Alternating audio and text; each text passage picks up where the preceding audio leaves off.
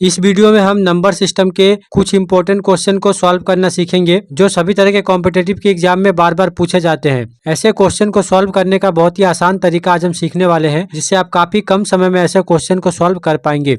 तो चलिए वीडियो को शुरू करते हैं। वीडियो को शुरू करने से पहले अगर आप हमारे चैनल पे नए हैं तो हमारे चैनल को सब्सक्राइब कर ले और बेल आइकन के ऑल पे क्लिक कर ले, ताकि आने वाले वीडियो का नोटिफिकेशन आपको मिलता रहे। ये हमारा पहला क्वेश्चन है। इस क्वेश्चन में बोला गया है कि दो संख्याओं के वर्गों का योग 580 तथा उन दोनों संख्याओं का योग 34 हो तो उन संख्या का गुणनफल ज्ञात कीजिए।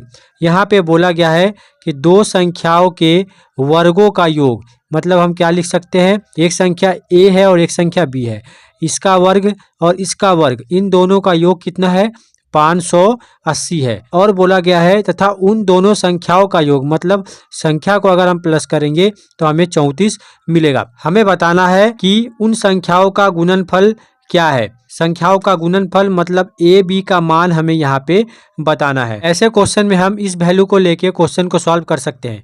जैसे यहाँ पे a plus b equal to 34 दिया गया है, तो हम क्या करेंगे, इसके दोनों साइड में वर्ग कर देंगे, बोथ साइड वर्ग कर देंगे। तो हमें यहाँ पे क्या मिलेगा, a प्लस बी का होल स्क्वायर इक्वल टू 34 का स्क्वायर। a प्लस बी का होल स्क्वायर का फॉर्मूला क्या होता है, a square plus b square plus 2ab, और 34 का स्क्वायर कितना होगा, 1156। तो यहाँ पे a square plus b square का मान 580 दिया गया है। तो यहाँ पे हम क्या लिख सकते हैं, 2ab इक्वल टू 1156 माइनस 580। तो 2ab का मान क्या हो जाएगा, यहाँ पे 576।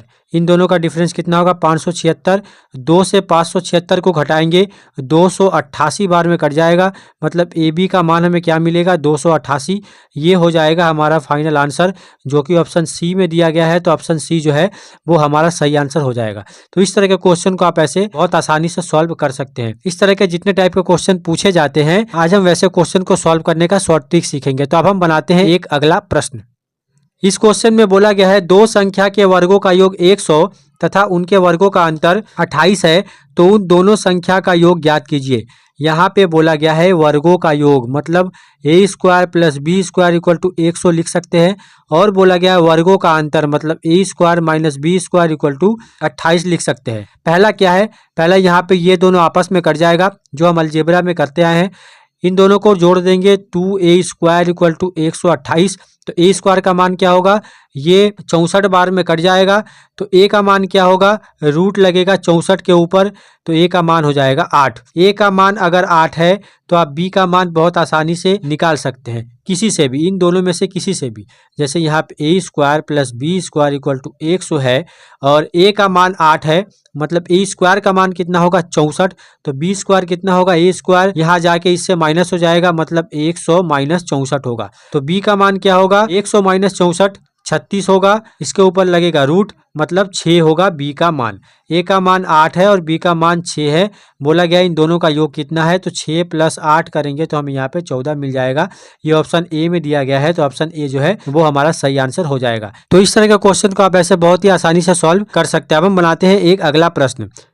इस क्वेश्चन में बोला गया है कि दो संख्याओं के वर्गों का योग 68 है तथा उनके अंतर का वर्ग 36 है, तो दोनों संख्याओं का गुणनफल क्या होगा। यहाँ पे बोला गया है कि दो संख्याओं के वर्गों का योग, मतलब a square plus b square equal to 68 दिया गया है।